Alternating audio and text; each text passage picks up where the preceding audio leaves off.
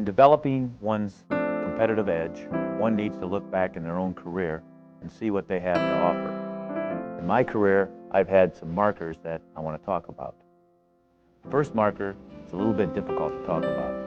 It involved a family member, my sister Diane. She was raped and murdered when I was 15 years old. With that marker, I've had to utilize that situation to make it somehow and turn it around into something that helped lead me in my career. With that in mind, I've been able to make a lot of good decisions. Be able to look and see what's right, be able to look and see what's wrong, and go with the right and leave the wrong. Those type of things can really aid one's career. I've also had a major loss when it came to wrestling. My last match in college, I lost 181 straight, and then I lose to a guy named Larry Owens. That particular match has made me. There were so many things in that match that I was able to utilize for my future performances as an athlete, and also take a lot of the things that happened and apply them in my coaching career. So a marker from a personal tragedy, a marker from a personal loss as an athlete, and the third is actually a team loss. In 1987, the University of Iowa was going for 10 straight NCAA championships, an all-time record again. And all of a sudden, we lost. It wasn't so much the fact that we lost, it was more the fact that I could have changed some things earlier in my career to probably prevent that loss. There was things around me that were happening that I should have stepped in and changed, but I didn't because we were winning. And it's kind of important to understand that even though you're the best, there could be some things around you to make you even better, and that's what I didn't do at that particular time.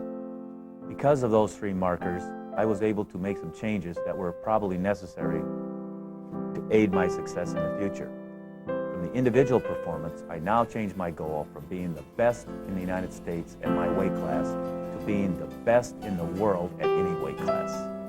From the team championship goal performance, I changed the goal as being not only the best team in America, but also the best 10 individuals in America, also up their level to an individual crowns. When you change something like that, you automatically win the team championship. So remember, work hard, and then work real hard at getting ready to work hard. Well, Dan, sometimes the most motivating things are the most personal. Well, I tell you, it's just how you take things in life. Things are going to happen to you, and if you take them in certain ways that are bad for you, you just get off track, and then you never get back on track. So every time something happens that's not really what you like, you got to think about it. You got to go about it in the correct manner to turn things around in your future, and that's kind of what I've done in certain situations, and it's helped me a lot. Well, that was a great tip, and we've had some great tips this year. In fact, when you think about and you look at all the tips that we've gone over this year, the various conditioning, health, safety, there's some of those. Dan, did you have a good time putting them together? Well, I don't know if I had such a good time putting them together. They're definitely very worthwhile. There's some things there that are simple, but they're very important for success on the mat and off the mat as well. So, I enjoyed it, yeah. One of the great things that we have had a lot of fun is the Ask Dan Gable questions, and we've got a few more for you right here. Mark Juris says, Coach, I coach a youth league in New Jersey. Several younger wrestlers get caught in a headlock without fail. What is a good counter to a headlock?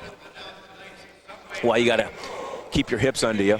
You don't want to lead with your head. You want to keep your head tucked into your shoulders, keep your arms back under you instead of reaching, and don't just come barreling in there. But if you do get caught and you get flipped on your side, you need to keep your hips right next to his hips. Get close in there, possibly roll them through. But they try to roll them through too often, being perpendicular, and then you get yourself pinned. Well, Ben Smitherman says, I'm a young wrestler finishing my third season. Both years so far, I've hit a rut at the end of the season when winning becomes more important. I'm supposed to be a state contender, but I am worried about my intensity. What can I do to stay motivated? Well, the bottom line is that you're already thinking about losing already. You're already thinking about bad things happening to you. So you got to turn that around in your mind and not think about negative things. Think about having a good performance at the end of the season. But you can also do little things to help make that performance better just by living a little bit better at that time of the year and listening to your coach and making sure that you do the things that he's going to help you go through for a peaking performance.